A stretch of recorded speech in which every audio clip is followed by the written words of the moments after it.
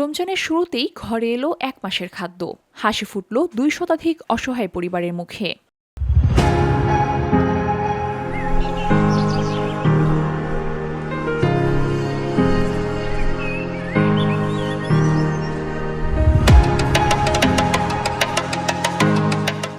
আন্তর্জাতিক মাতৃভাষা দিবস ও পবিত্র রমজান উপলক্ষে কুষ্টিয়ায় ২ শতাধিক দরিদ্র ও অসহায় পরিবারের মাঝে ১ মাসের খাদ্য সামগ্রী বিতরণ করা হয়েছে।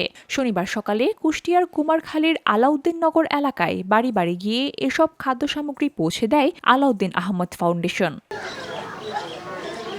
বিতরণকৃত খাদ্য সামগ্রীর মধ্যে ছিল চাল, খেজুর, ডাল, তেল, ছোলা, বেসন, চিনি, মুড়ি ও চিড়া, যা একটি পরিবারের ১ মাসের নিত্য প্রয়োজনীয় চাহিদা পূরণে সহায়ক। খাদ্য সামগ্রী পেয়ে এক নারী তার অনুভূতি প্রকাশ করে বলেন, এই সহায়তা তার পরিবারের জন্য অনেক বড় স্বস্তি এনে দিয়েছে। তিনি এতে খুব খুশি। এগুলো আমার পায়ে খুব উপকার, ভালো লাগছে, যেগুলো আমরা পাইছি খুব উপকার হলো।